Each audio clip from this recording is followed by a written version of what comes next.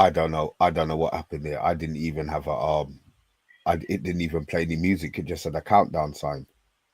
But anyway, look, we're live. That's the most important thing. April the 21st, the day after. Well, yeah, the day after the. Did we call it a debacle? That was the Bulls game. Look, we'll get into that. We'll get into that because I know there was a lot of negativity going around. Said I've checked out on the Premier League. I didn't think it was that, but look, we'll discuss that. BT, how are you, man? I'm all right. Apparently, my voice is sounding super sexy today because after a very long drive, I woke up about an hour ago, about like 20 minutes ago. But it is me. The voice hasn't quite come back to normal yet, yeah? Let's just treat me as a man for today. We'll try. Yabba, how you doing, man? Yeah, it's me who accused bath time as not being bath time because he sounded a bit. His voice was a bit deeper, sounded a bit off, just a bit off. A bit more manly. Yeah, a little bit. Yeah, I think it's that really is. A bit like when Dave Chappelle went missing, went to Africa and came back as this new deep-voiced, big built guy. That's how I'm looking at bath time these days. You know, has been cloned as a sort of like as Dave Chappelle. That's the image you've got now after he came back. Yeah, from a nice, funny, squeaky guy to suddenly serious, deep-voiced sort of guy who probably Dave Chappelle is bald, right? He's what? He's bald, right? Yeah. Is he bald? Yeah, of course he's bald. I'll convince you're bald bath time. I swear to God. Do you know what? I'm beginning to get there. I'm beginning to get there, Mr. B. Like, I have very short hair for reasons why you can imagine. But I did notice that I'm getting there. Where is it happening? At the back or the front? No, like Zidane, like. That's where it starts. At least you've still got but at least you've still got a kind of front bit. Mine went here first. Okay. Did it just? That's the worst, man. Yeah, man. And then I saw it go back. Like I said, it's all coming off, man. There ain't no chance I'm not having one all the way back. What was your hair like? What sort of hairstyles did you have, Mr. B? I had everything, but it was all when I was younger, when my hair would grow back quickly, and then you know, all of a sudden you start seeing that the sides aren't growing back. And then my missus said, "Oh, you've got a ball patch. Shut up, man. I ain't got no ball patch." Lo and behold, I got a ball, and that was it, bruv. I tell you, man. Every 4 days, it's off. How old were you when you officially became bald? Then I must have been 30 something. Yeah, 30 something. Did it like change anything? Were you like sort of nodding at other bald men in the street? No, well done. You're an idiot.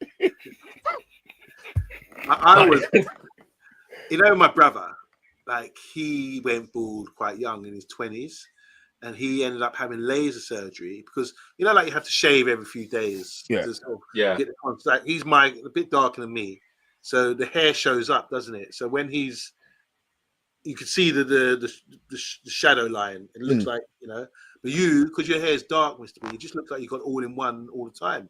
But he had laser surgery on his hair, so he doesn't have to continue shaving because it ends up irritating your skin, don't you, if you shave every few days. Wow. I use clippers. I don't use I can't use like a big. It gives me bumps. Okay, but the clippers is good though. You always look clean cut. Yeah, wow. And I went. I remember I was about 20. How old was I?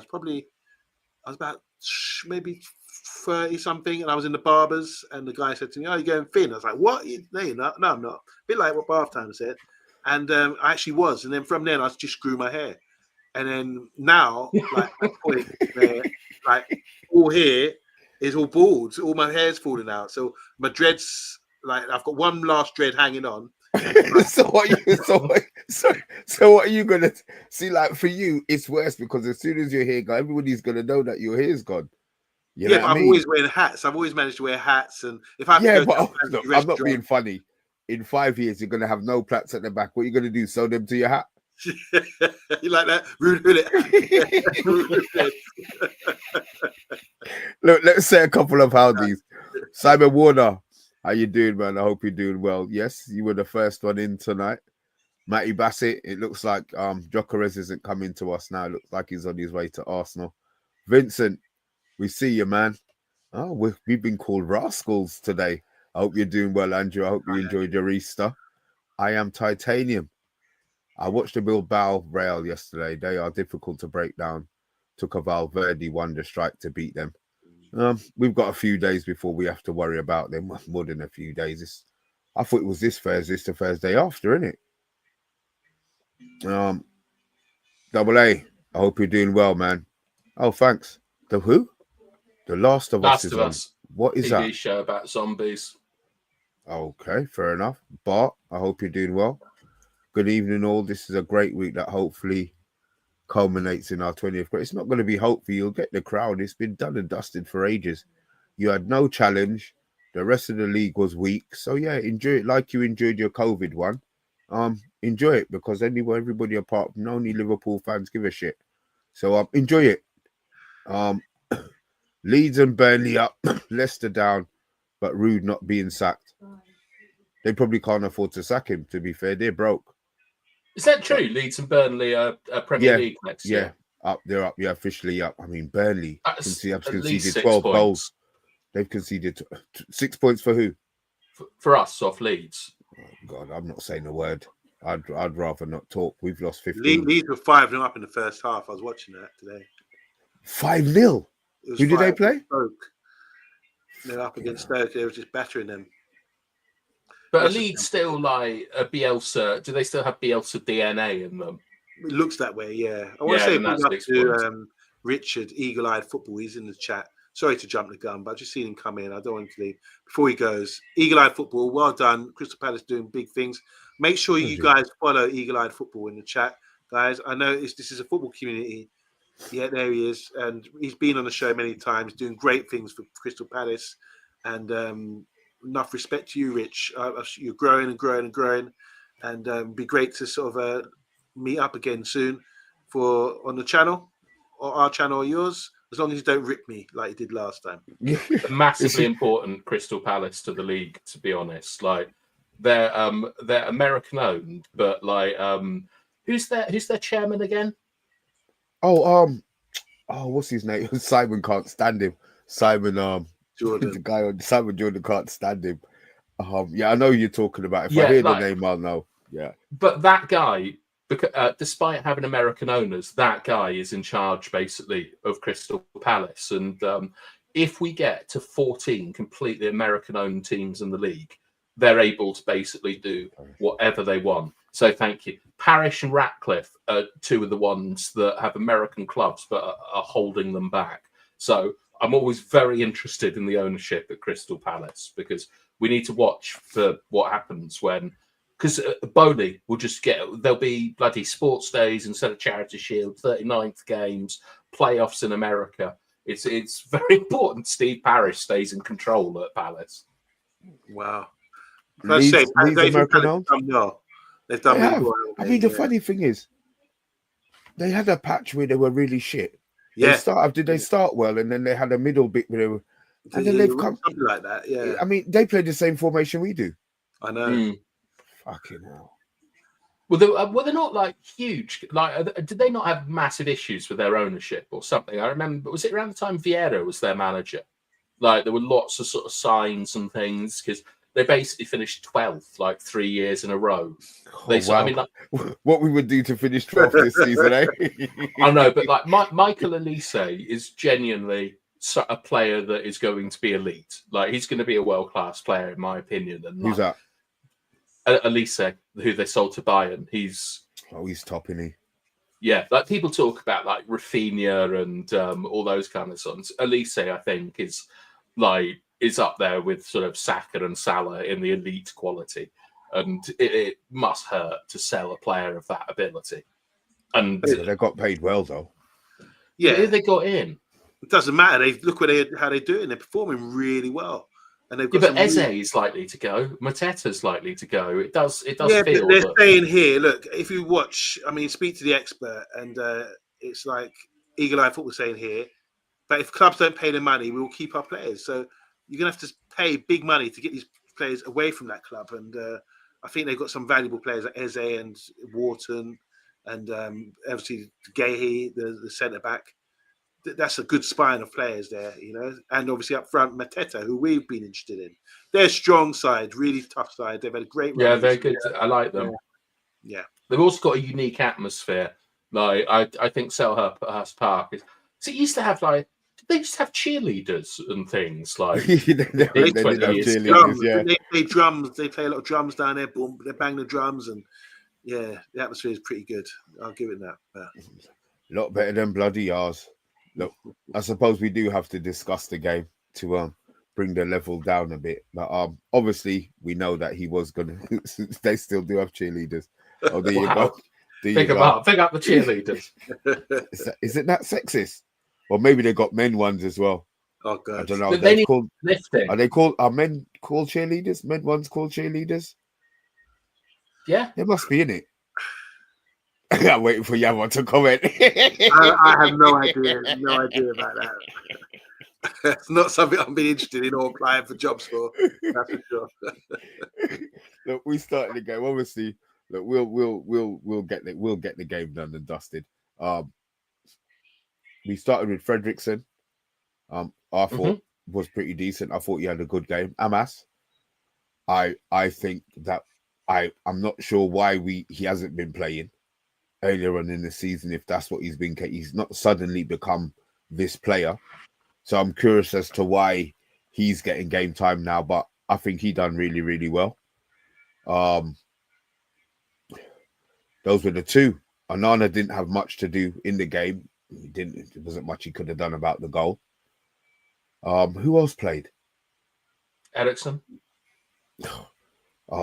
These players are just filling gaps. BT, I think I'll be honest. I think he's checked out. I don't think he's any use to us playing. I don't, just self-pride maybe, but no, I don't have any problem. I mean, as much as Mount was disappointing, I'd rather have Mount taking his place, and Ericsson doesn't see any more game time this season. Who else played? Ugarte. Yeah. Maybe he was tired. I do see the limitations that you talk about, BT. I do, and I think. Play, to be honest, I wasn't. I thought I saw like a marked improvement in his play from normal in that game. Like, I mean, he did fall over the ball twice when he was trying to control it, but you could see that there's an intent to be a better, more progressive player. Like, they've obviously told him that if you want to play in the Premier League or you want to play for Manchester United, you can't just shuttle the ball. You need to be switching it. You need to be poking it between the lines and things. And I think he did that. Like, so I'm not particularly disappointed with him. I've got, like, it's Rasmus. Man, I've really come to a new relationship with him after that game, where I think you've infected me, because I genuinely I feel anger when I look at him or see him on the ball and stuff. I'm not a fan at the moment of Rasmus Højlund. Yeah, but obviously you're very positive. Normally, I want to hear some positivity about rappers. I checked out on him a long time ago. Bath time is finally coming round to the fact that I've been infecting him with my negativity. What are your feelings on -9 on a real? On a real, yeah, he frustrates me. I mean, so when I'm watching a game with Man United, I could say I sigh more with his performance more than anyone else. And this is when he's giving the ball away, or he's working too hard and wasting his energy. Or, like, granted, I was at work all day yesterday. I didn't see the game.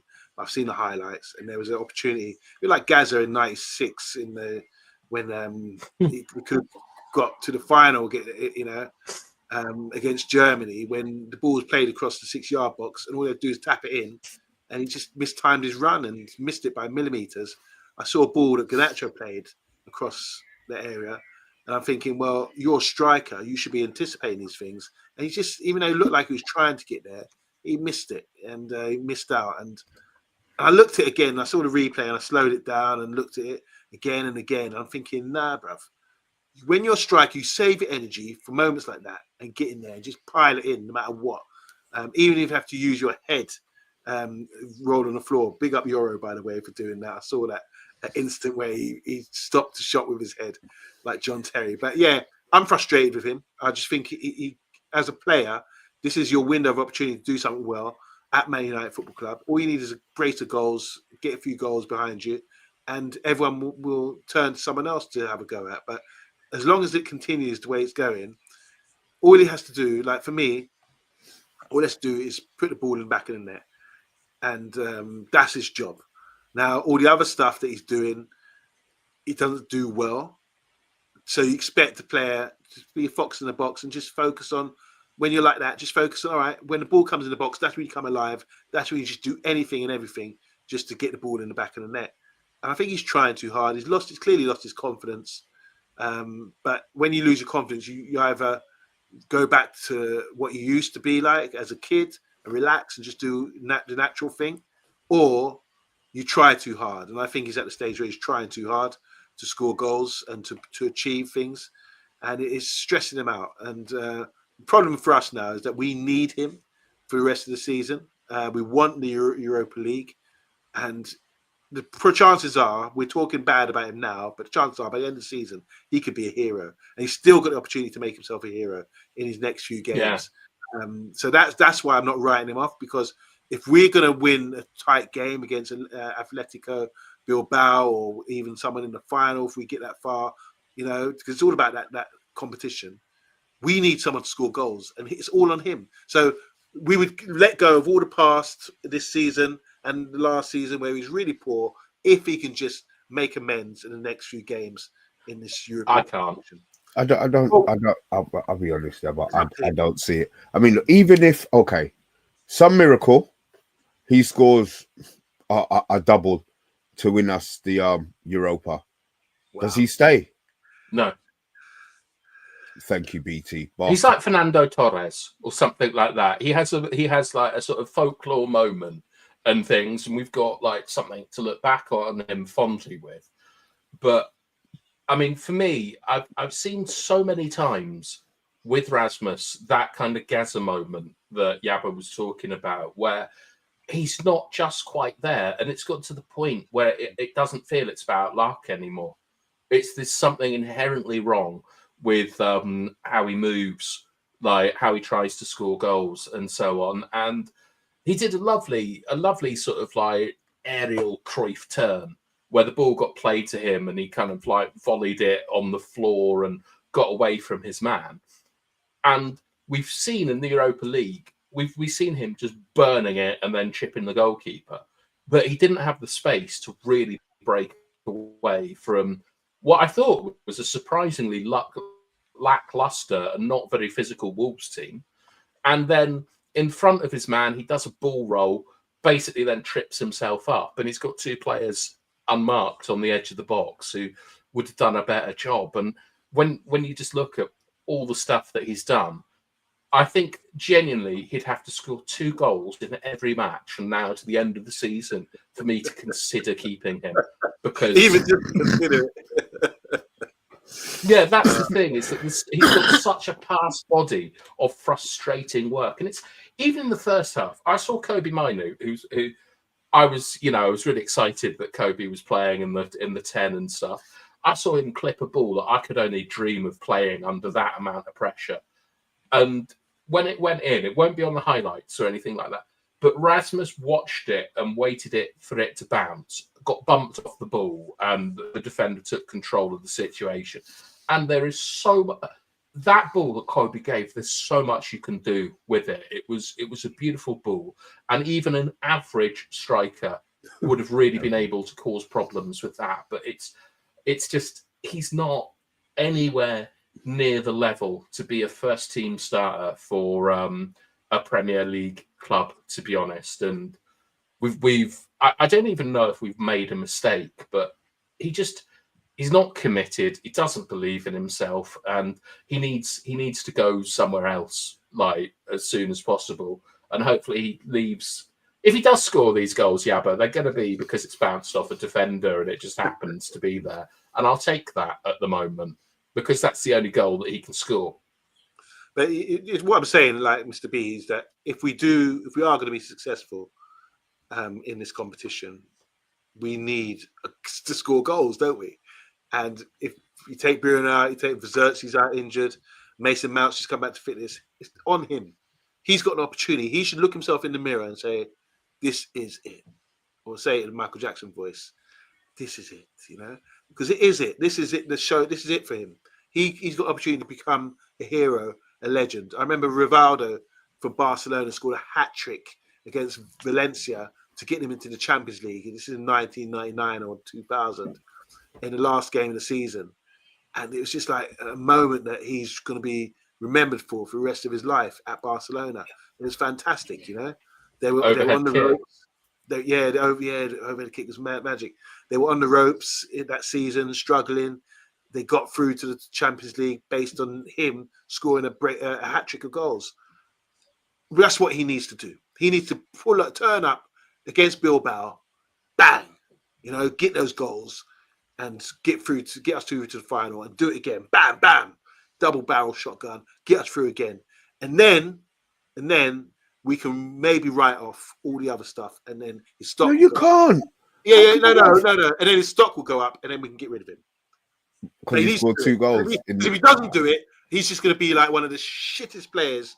Excuse my language, but I mean that. He'd be one of the shittest players that I've ever seen play for Man United up front. Yeah. Because the thing is, Mr. B, is that if we get into the Champions League, which obviously we can only do through the Europa League, it does look like, from what I've seen, it does look like Osimhen appears to have agreed to sign for us. But I suspect that's only if we get into the Champions League. So if we get in the Champions League, this could be seen as, I don't want to sound like Yabba, but this will be kind of how we get back. Access to that money, access to better players, and it will be seen, this Europa Cup campaign will be seen as a really, really important part of modern United's history, especially after that mentalness of the other night. And if Rasmus, does something in these games, then I think we can remember him fondly. But as a Manchester United player, he's got to be moved on, to be honest, because our ridiculed donkey centre-back is a much more effective and consistent striker than he is. Yeah, but stepped up. Look at his chest is out now. You say when you say ridiculed in the past, donkey. Yeah. So he's not donkey anymore. No, yeah, but I think Maguire is an extremely good player. What I'm saying I'm just clearing up. You're not called him is donkey. that Maguire's been called championship standard and all this kind of stuff and things, and yet he is demonstrably a better striker and more effective goal scorer than Rasmus Højlund. Can I just say, not to pick people out or anything, but there's a lot of people in the chat right now. I see names who've been cussing Maguire. Yeah, I see you. I'm not going to call out your name, but you know who you are. A lot of you have buried Maguire, and left him for dead. And not one of you come back and said, actually, I turn it around. I'm apologise. Maguire. Loads of people have done that, Yabba. What? They've come back and said they're sorry. Oh, Yeah, Stuart's the only one. Yeah, Stuart. Andrew has said that. Do you ever see Steph whinging about Bruno anymore? Loads of people have changed it. They don't have to. They don't have apologise to. I'll send you an email. Apology. Give my respect. I've made mistakes in the past. I've written players off, whatever, and I've had to come back and say, I was wrong. And I respect people. McTominay. Well, never. Rice, actually, yeah. I say McTominay. I didn't really. I remember the final against Villarreal. And I thought that's why I was really fuming with McTominay that game, because I thought he was terrible against. He was man of the match. For what? Doing what? Running around, working hard. Yeah. His technical stuff was poor. I kept saying he had to pick a pass out. You cuss Ugarte all the time, bro. And then you're saying because he needs to spray balls and stop shifting it sideways. But McTominay had to carry the ball to get closer to his teammate to get the pass off. He couldn't get out his feet and ping a ball. That's what made me frustrated about him. So I was very disappointed with McTominay that game. But then I've He seen. played very well in that game, I Yabba. don't think he did. I thought He was did. terrible. He was the official man. The only of the reason he match. played well because he was working hard, from my opinion. Okay. The technical side of it, I thought he played poorly. So going back to thing afterwards, I realized how effective he could be by playing to his strengths. That's all. Yeah, but my right. Did you watch the? Did you just see the highlights for Wolves? Yeah, I haven't seen it all, to be honest. I can't really discuss too much, but I've Yeah, just seen yeah, it. okay. I'm not that disappointed with it, to be honest. Obviously, Okay. I'm unhappy that we lost, but I think that we did all right in that game. We had 3 extremely good chances, like that you would normally expect a goal from. 2 of them were exactly the same move. That was Bruno and Mount not able to use their left foot to get a sort of cut back on target, which is disappointing. Then that Rasmus one, but Onana really didn't have a lot to do. I'm not, I don't want to tempt the fates, but if you looked at it, you might look at his starting position or where the wall is or who's in the wall and stuff. But you'd expect that free kick to be pretty much 99% of the goalkeepers in the league. You have to be a special goalkeeper to save that. Oh, sorry. I thought you were digging Onana for not saving that for us. When you said special goal, I'm thinking, oh shit. Okay, go. I think you need to be a top goalkeeper. I think you need to be Schmeichel, Van der Sar, Alisson standard to kind of get that free kick like that. That beats everyone. But I thought that Amas, Eriksen, and Garnacho in particular were very impressive as a sort of combination on the left-hand side in the second half, and they really kind of showed how difficult it is to play against this system. I thought Ugarte had a better game. I thought it was a decent, committed performance, and it really just shows that there are big lacks of quality around the team, particularly like as a sort of with the striker role. And that I genuinely think if we change that keeper and we change that striker, there's a chance next season that we could get to 8th with just those changes. Do you think that? We're not getting above like 7th because of the teams that are there. Villa, like who else is there? Forest, Newcastle. Yeah, like we're not getting above them. But like that was a decent, in my opinion, that was a decent performance with a plan and the right amount of work rate and commitment and stuff like that. And I was like, I'm really disappointed that we lost, but it's nowhere near the worst performance that I've ever seen, and I was quite hopeful about the future from that. Like Amas was really, really good, not just in his individual qualities, but like how much he improved the team in that role. You saw Dorgu, like I've said this before, but one of the reasons you have inverted wingers is because a shit crosser can look quite good if they're on the other side, and Dorgu didn't do a lot, but he put in 2 balls that a striker can work with. Like on that, I mean, they're not great balls, but the change of the angle and things, you can do more. And I was a little bit, I'm a little bit more hopeful, and I have to give a shout out to Victor Lindelof. I don't know how he does this, how he manages to become like the favourite of every manager, but I thought he did well as the captain. To be honest, in Bruno's I didn't realize he absence. to be fair, I didn't realize he was captain. Yeah, but I was all right with that performance. I'm very shocked at the reaction online to it because I'm like it was using time. your squad. Yeah, I wasn't expecting much more. After the game, we all said, "Well, we don't care about the Wolves game," and to a certain extent, I don't care about any league game. Once Europa's finished, win, lose or draw, win or lose it, then yeah, I may lose my mind in the game. But right now, we've been shit all season. Wolves have won 5 in a row in the Premier League. Wow. So regardless of how bad they have been, they're not bad at the moment, and we are bad. So I mean, they didn't cut us open. Maybe they didn't want to. Maybe they didn't feel the need to. The goal was something that we couldn't stop.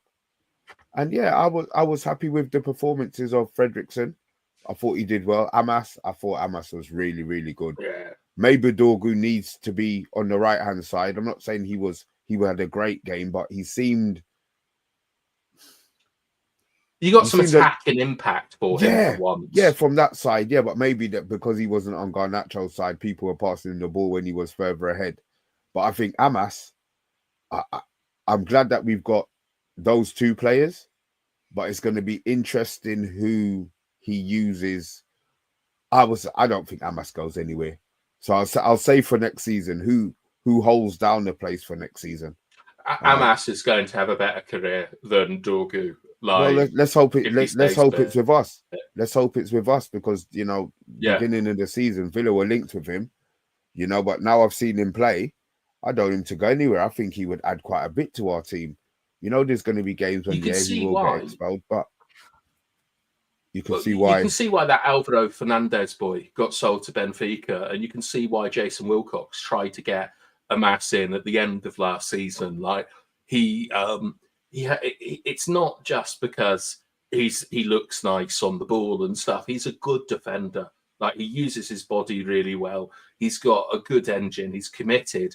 He plays with courage, and it was very noticeable and a little bit frustrating at times watching him and Fredrickson refusing to boot the ball. I love you got to boot it sometimes, boys. No, I get it, but if that's the way you're taught, and to be fair, they didn't get themselves in any trouble not booting well, it. They did with Ugarte. You can't be playing those balls. But it's Ugarte. Yeah, but it's Ugarte then, is it? It's got nothing to do with them. If he's a senior player, but I mean, they realise how shitty he is after a few more weeks of training, but they probably see him as that senior player. You know what I mean? Remember, Ugarte wasn't that bad, to be honest. I was impressed with Ugarte. I've got to say, we need him to get better, and I can see him getting a bit better. Yeah, squad numbers, isn't it? You need numbers. Look, Diego Leon's coming in as well on the left side next season. Whether he stay or whether he go on loan, I don't know, but he looks like a promising player from what we've seen. And it looks like we're doing good things with youth players, bringing youth players through and signing youth players. So let's see what happens on that side. But I'm gutted that I didn't get to see the performance of Amas. You guys talking about him, I'm just really my ears. I'm listening. I'll send you a compilation of his heart of everything he did in the game, which I have somewhere. But so in the final third, honestly, in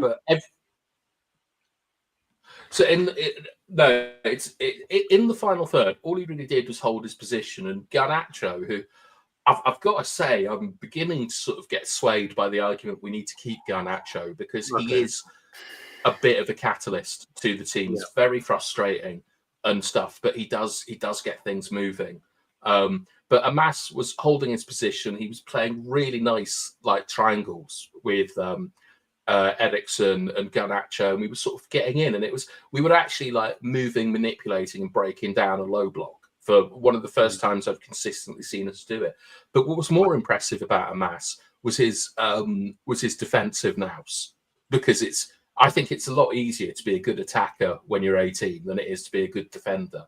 Right. And he's a good defender. So I'm much more excited about his defensive stuff. Do you remember we were saying that we think he's too small? Did he look small out there against the physical? Yeah, side? He does. Yeah, he did look. He is small. There's no way of getting around. I don't think height wise he gets any taller than he is. To be fair, but he is 6. We look at it and say he was 6. Oh, he's not.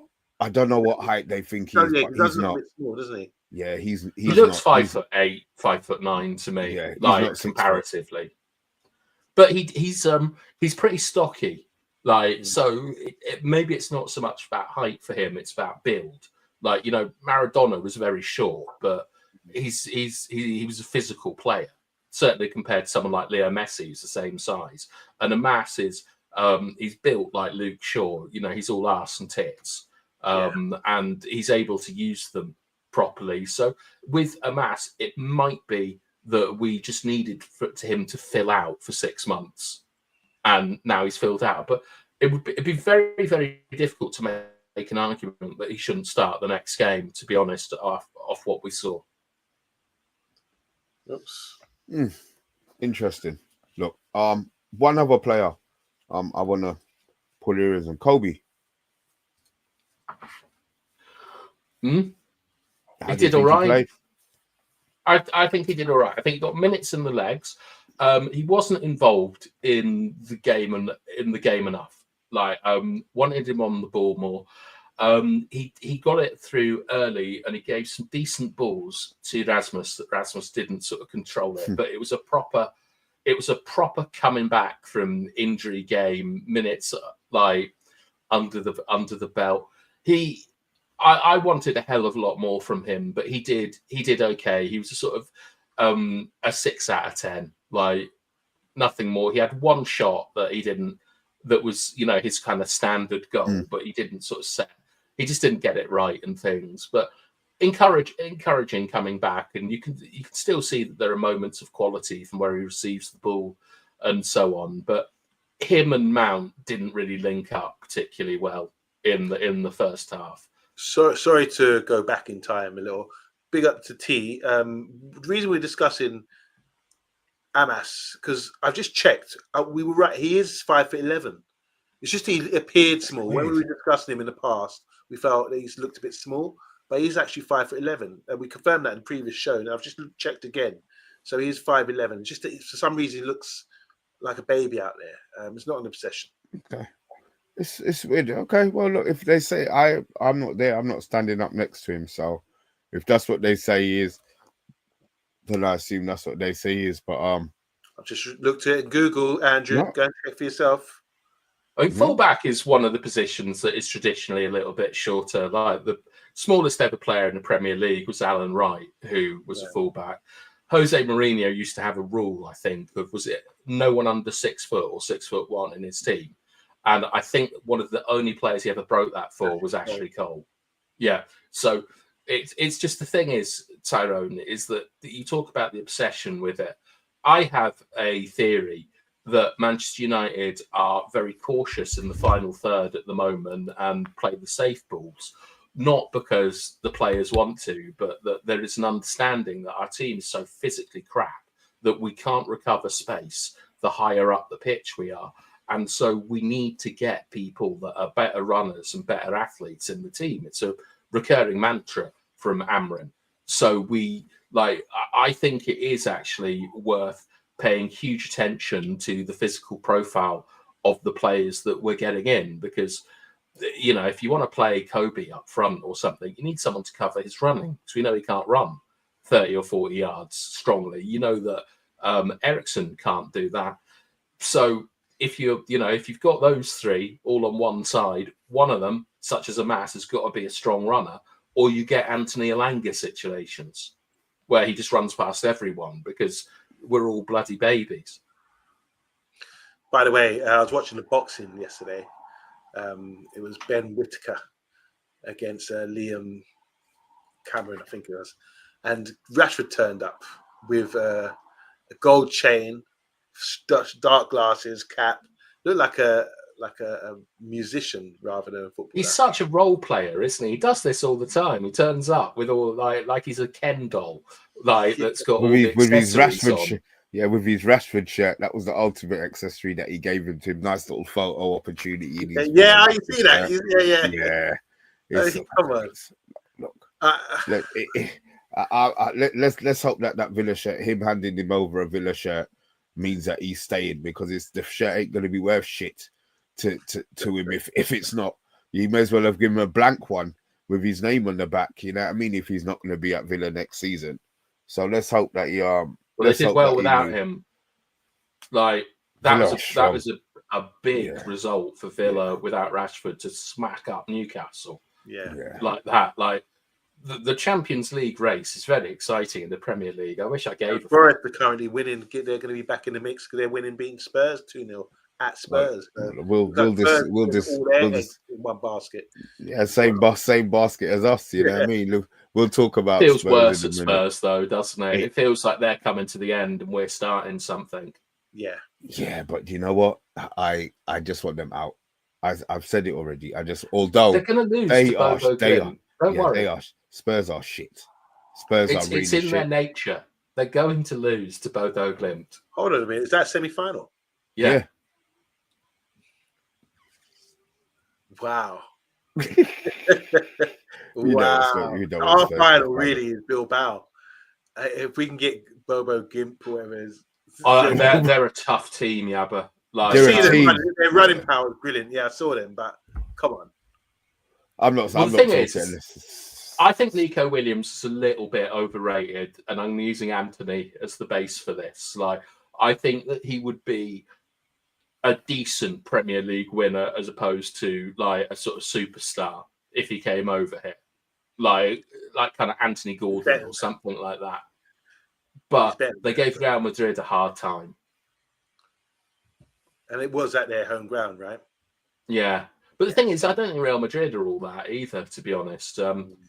I think we've got a decent chance in this game, in this leg, if we're all fit and stuff. But most importantly, we've got to find a solution for goals that isn't Harry Maguire. And the thing is, when people are saying, "Oh, we watched the Real Madrid game and they look good," who looked good? Can you name another top player for them? For who? Who are we talking about? Bilbao. I've heard a lot of their players. Yeah, we watched the Real Madrid game and Bilbao looked good. They look good as a team.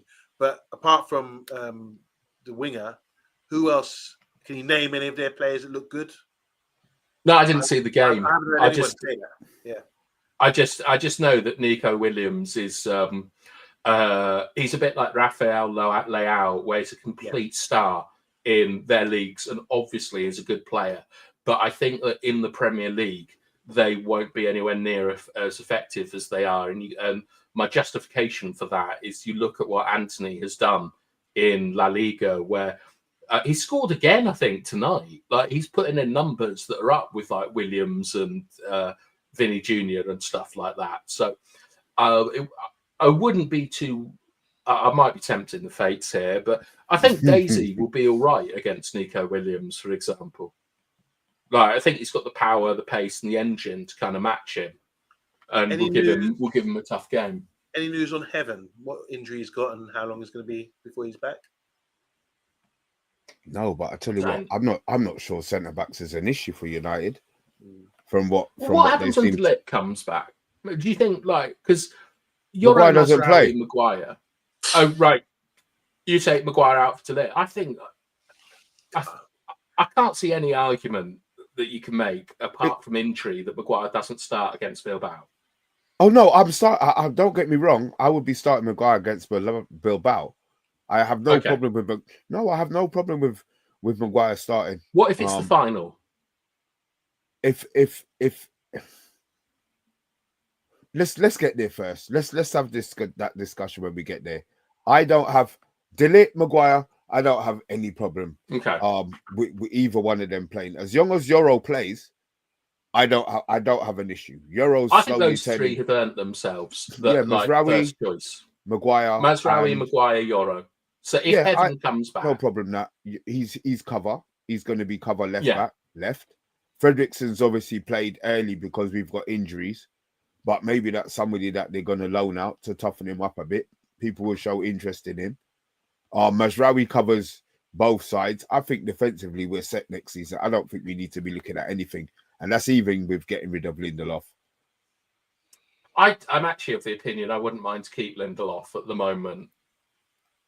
Oh, bath time! Why, man? What's the matter with you? It would be cheap. It would be cheap to renew him. Like being made captain. Come on, this is the problem. Games. BT, this is the problem, man. Renew. We have to cut their legs off, man.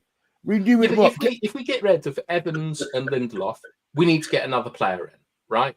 Do we though? Do we? I think so. Yeah. Why? Like because why? Because we've got a lot of young players. De Ligt isn't. I mean, he's quite experienced, but he's still quite young. That leaves us with Maguire as the only sort of over 30s defender. So? And well, you got a lot of young boys there, and I think that like Lindelof would be cheap to renew. He plays like 20 games a season. That's I think it'd be all right. Man. Give somebody else the game time. You know what I mean?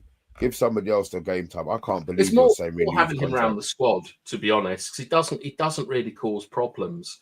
And him being made captain, like it suggests to me that like he's respected. Who else could they have given it to? Delo? No. Eriksen? He's leaving. So is Lindelof. Oh shit! As I said it, as it came out of my mouth, I thought, oh fucking hell. All right, yeah. No, I'm not. I'm not keeping him. I'm not keeping him. Let him go. And I was disappointed with Eriksen. I got to say, I thought he did all right against Wolves, but I expect a lot more from Eriksen with quality on the ball. And he knows Højlund and knows what type of balls Højlund needs.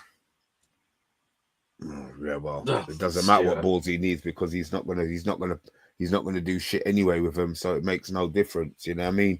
Look, we've been waffling on a bit. A couple of stories have broken. One that seems to be shutting down Twitter at the moment is the Cunha rumors. Obviously, the tapping merchant, Mr. Romano, has tweeted his tweet, and it seems to have got everybody a bit excited. So the tweet goes: Manchester United are leading the race for Cunha from Wolves as negotiations are ongoing. Personal terms are being discussed as Man United are aware more clubs are keen, plus the 62 million release clause available. Good feelings after initial contact with Cunha. Now, this is everywhere. It's not just obviously we know once Romano starts, but people were tweeting it before Romano put it out there. Obviously, they've had the 2 games where Amorim has been speaking to him going down the tunnel. There was a conversation with Casemiro yesterday as he was leaving the pitch. Do we think this is feasible? 62 million. They're not going to take less than that, so we know that. I don't really like talking about transfers, but this one's kind of got my juices flowing a bit, to be fair. Thoughts? I mean, he said he'll come to us regardless of without European football. Is this something that can be done? And have I been fooled again? Well, I remember a couple of seasons ago when he was playing for Atletico Madrid, he became available on cheap, and we were considered with him, and it would have been half the price, or maybe a lot less. I don't remember how much Wolves paid for him, but we kind of turned him down because we didn't think he was good enough, and we'd had played against him. But since seeing him in the Premiership week in, week out, I must admit he's one of my favourite players. I'm not just saying that because we're linked with him. The reason I like him so much is because he's strong. I like his game. I like his intelligence, the way he links up, pops the ball around.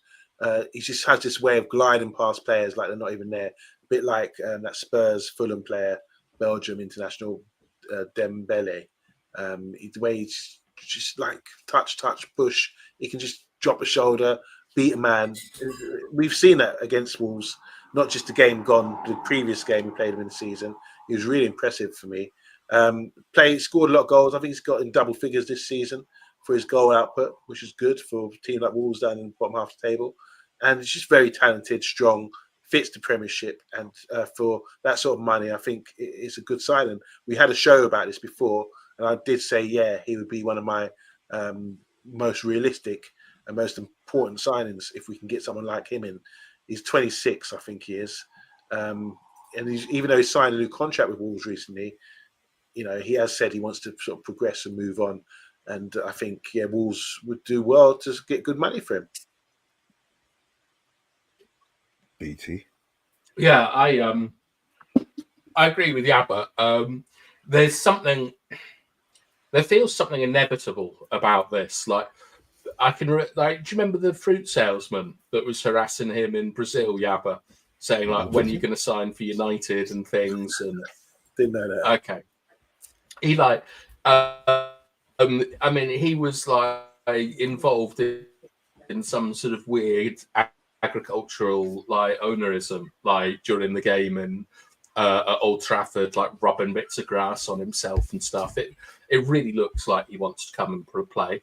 It's quite an expensive price, to be honest, but I think that it's one that we'll find the money to do. I was looking at some stuff recently about final third entries in the Premier League, and the majority of them are done by carrying the ball into the final third now. I think this is why Bruno stands out a lot, because we're one of the only teams that kind of passes it into the final third. The rest, they just charge into it. Cunha would be very good, I think, at that. He's a ball carrier, So he's not a dribbler. He's not going to like be beating men in midfield. He's going to get it and just charge up the pitch with it. He's strong. He's available. He's committed. He's aggressive. He's got to tone his aggression down when he comes to Manchester United. His disciplinary record isn't good.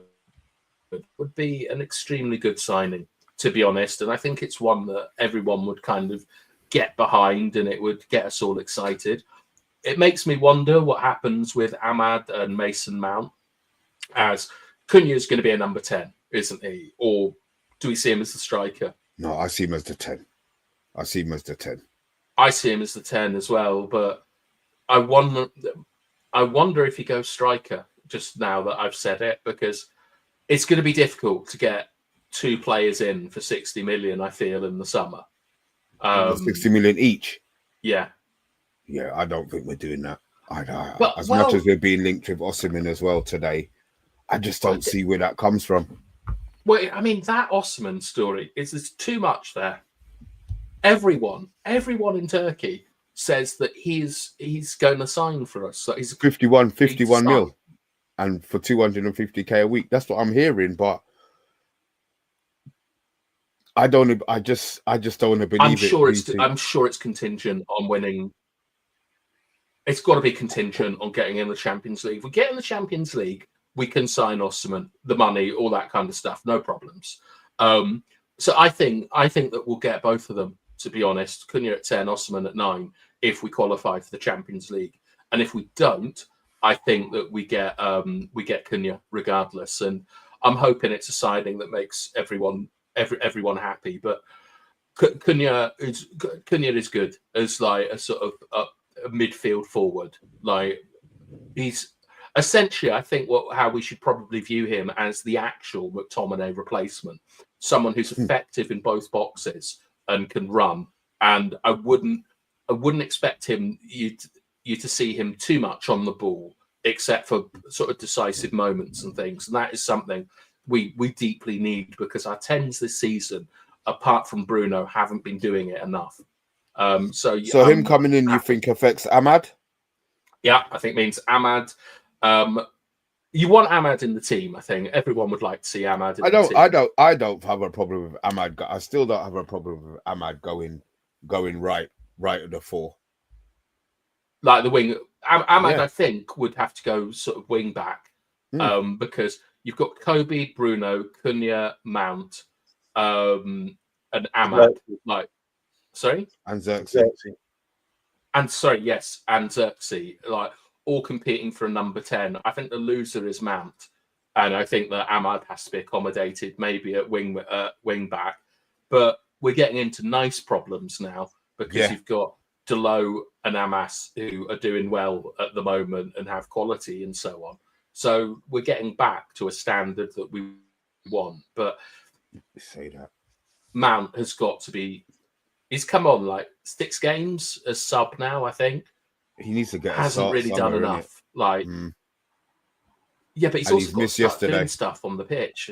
Yeah, he's missed yesterday. Like, that's the angle. That's the angle that he. Well, Bruno missed one as well, didn't he?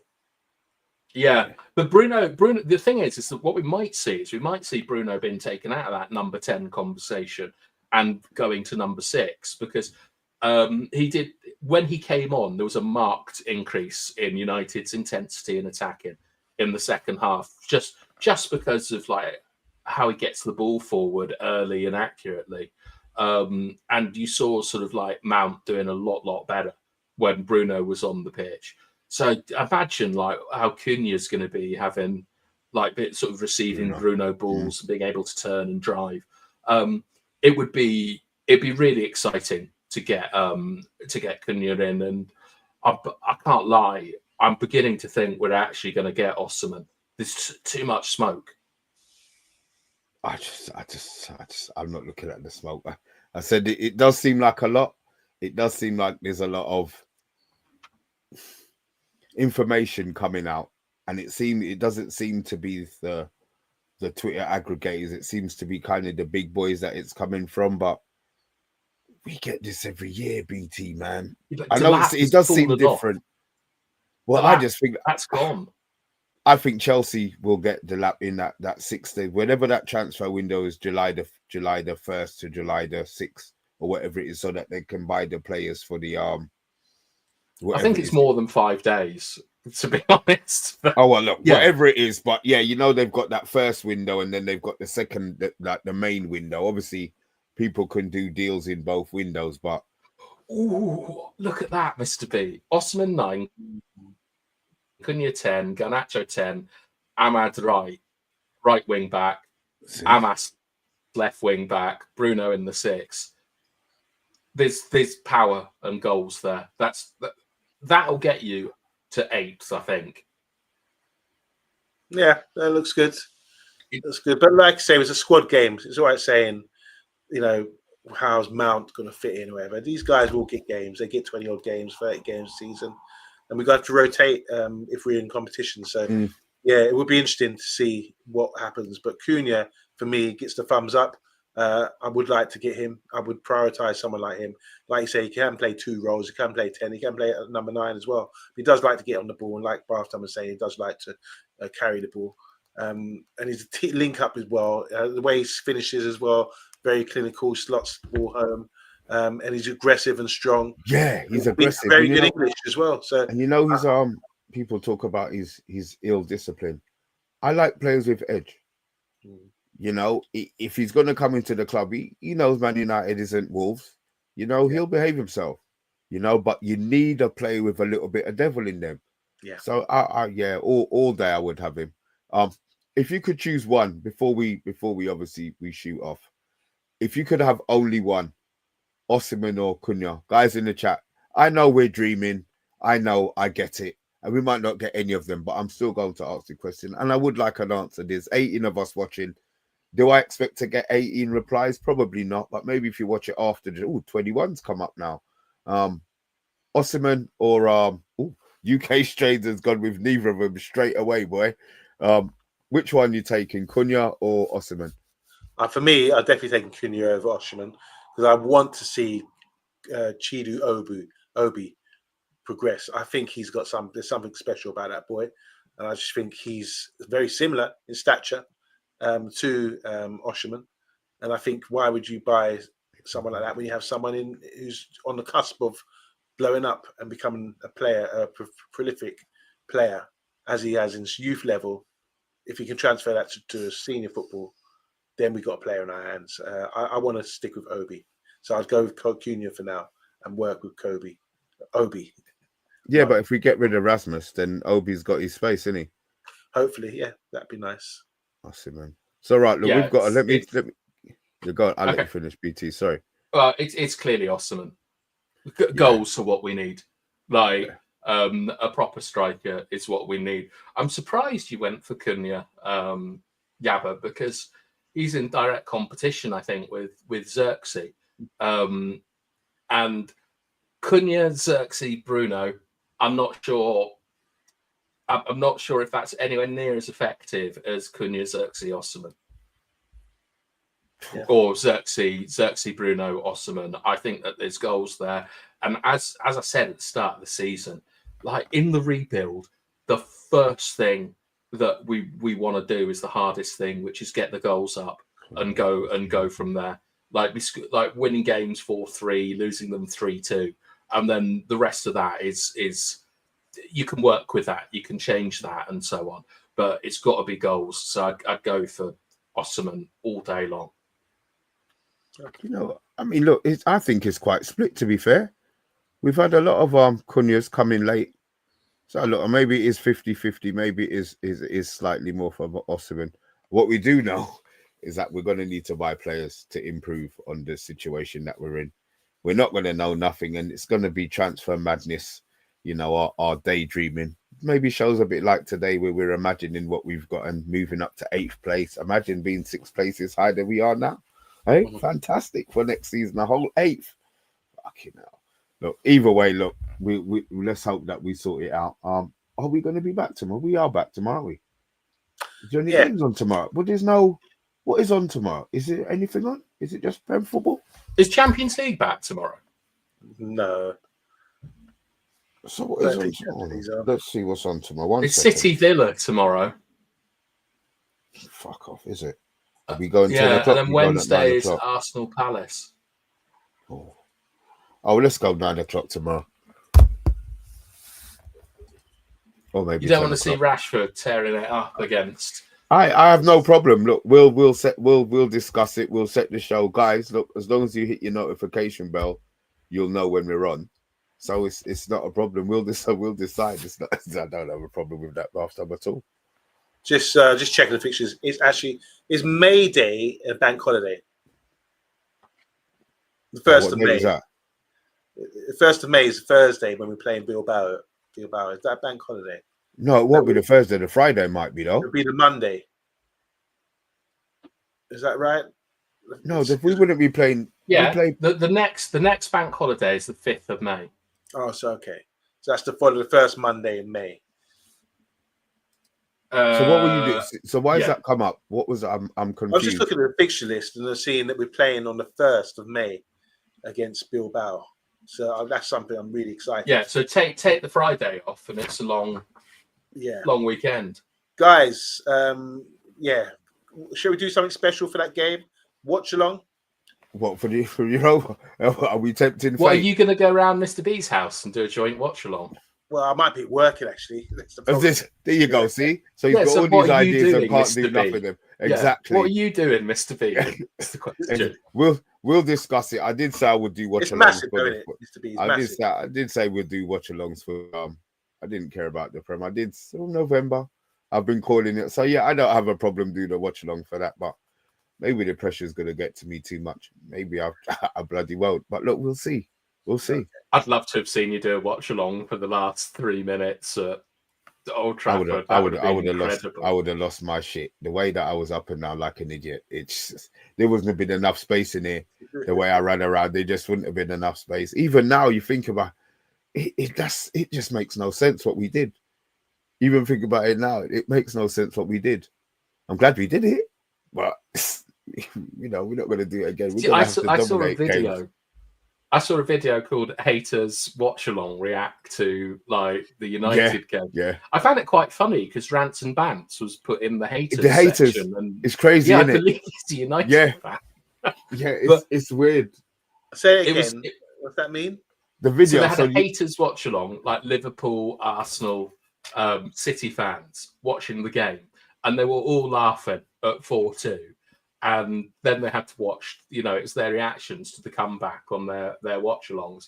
And it was quite funny, the sort of like the respect and the joy tempered by anger that they have, because they couldn't believe what they'd seen. And it was like the old United had suddenly reappeared in front of their eyes. And they still fear it. About Rants and Bants? Rants was put in the haters watch-along instead of the fans watch-along. And he's a United fan, but he's well known for hating the team, so they put him in the haters, and I found it quite funny. Okay. The thing is, I don't think he hates the team. He just wants perfection, innit? I don't think Rant hates the team, but he doesn't give a shit. If he thinks you're shit, he's gonna tell you. He's quite forthright, isn't he, with his views on players and the manager. I think I heard him the other day saying he wants the manager out based on how many losses we've had. We had 14 losses last year. I think we've got 15 already this season. So this is our worst ever Premier League season. This is our worst season. People are entitled to be like pissed off with the team, but understand. You have to enjoy what you saw on Thursday. That's like Yabba's talking about Rivaldo like 25, 30 years ago.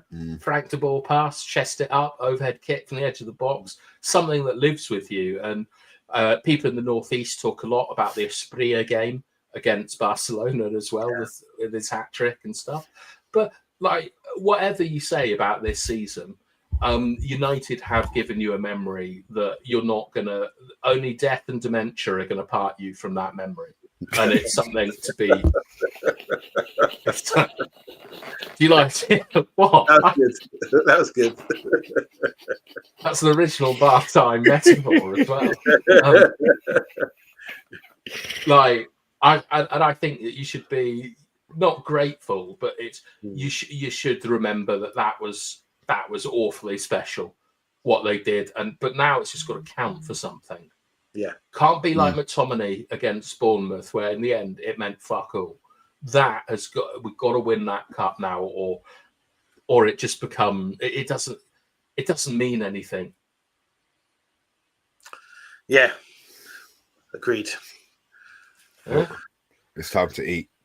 Vincent, I'm going to leave that one. I'm going to leave you with the last one. Guys, obviously, I've had a headache, so there was no way I was putting these messages up to read. I did get you up on the screen, so we did acknowledge you. For all the ones who are still here, it's like a notch. For all of the ones who are watching it late, it's like a notch. And all the ones who aren't watching, well, fuck you. Should have been watching. So look. Yeah, fuck you. So fuck you from me. Fuck you from me. Like a lot, guys.